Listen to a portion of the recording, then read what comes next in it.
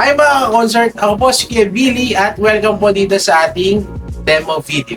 Sa video na to mga concert, ipapakita ko sa inyo yung ating bagong Retro 40 all-in-one home speaker system. Pero bago yung mga concert, huwag nyo munang kalimutan mag-subscribe sa ating YouTube channel at i-click nyo na rin ang notification bell para lagi kayong updated sa mga bagong video uploads. Okay, simulan na natin. Ito yung ating Retro 40 all-in-one home speaker system. Kaya nyo naman yung design niya. Pwede nyo siyang gamitin sa panonood ng movie. Pwede nyo siyang gamitin pang video, okay? Pwede nyo siyang gamitin pang sound trip. At syempre, ang kanyang mga input, mga ka-concert, meron siyang USB input. May Bluetooth na rito, mga ka-concert. 3.5mm na line input. Pagdating sa mga digital input, meron na tayo dyang optical, coaxial, HDMI ARC input. Isang mic input at syempre 3.5mm na line out. Ang maganda rito mga ka-concert, meron tong mic priority, feedback reducer, instrumental at USB recording. Pwede nyo i-adjust yung kanyang bass at treble. At sa ating microphone, pwede nyo rin i-adjust ang bass, treble, echo at volume.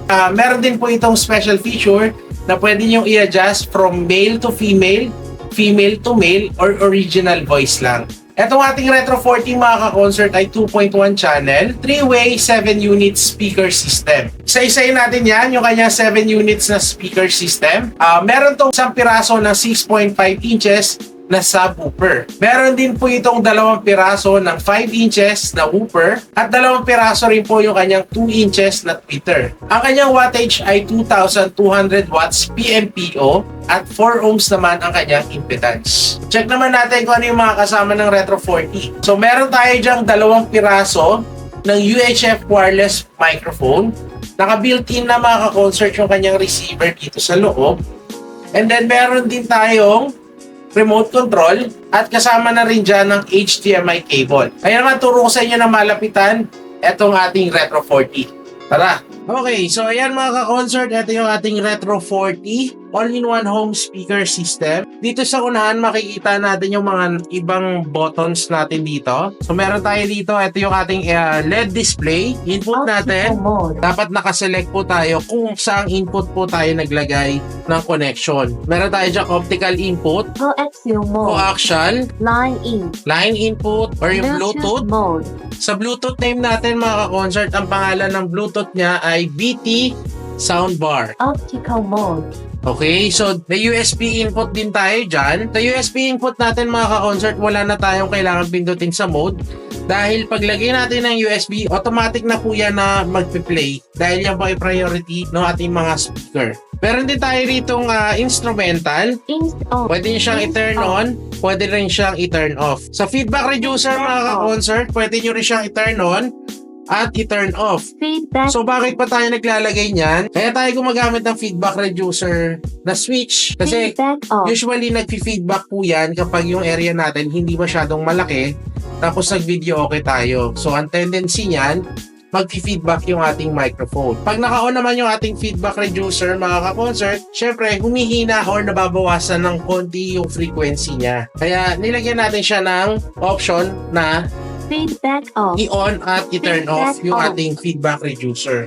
So, eto naman, syempre meron tayo dyang play pause button. Sa play pause button natin, pindutin lang natin yan ng isa. Ilo-long press naman natin kung gagamitin natin yung USB recording. So, sa USB recording mga ka-concert, maglalagay tayo ng USB. USB Then, mode, pindutin lang natin, i-long press Recording natin. mode. So, paalala mga ka-concert sa USB recording natin, ang maire-record lang po niyan ay yung mismong boses lang at hindi po kasama yung background music. So, sa mic priority natin, andito rin siya. Sa previews at saka mic priority. So, long press natin pag gagamitin natin ng mic priority. Sa mic priority naman, mga ka-concert, automatic na hihina or yung background music natin hihina po at ipa-priority niya yung microphone. So, kung mag-video okay tayo, i-turn off lang natin.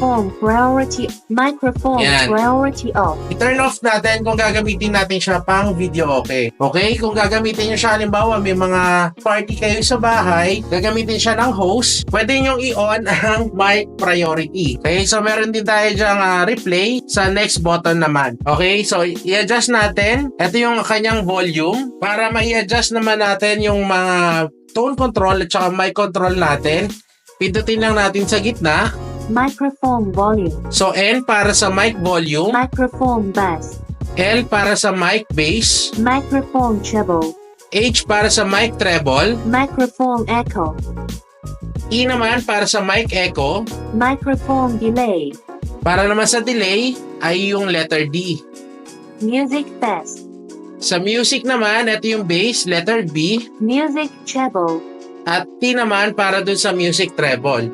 So dito lang natin din siya i-adjust. Para bumalik naman sa volume, tayo lang natin mawala, then babalik na siya sa volume. Ang material na ginamit natin dito mga ka-concert, gawa siya sa wooden texture shell, honeycomb yung kanyang mesh. Yung wattage nito mga ka-concert, 2,200 watts PMPO at 4 ohms naman yung kanyang impedance. So dito sa gilid, punta tayo rito. Meron tayo ritong 5 inches na whooper at 2 piraso po rito na 2 inches na tweeter. Same yan dito sa kabilang side.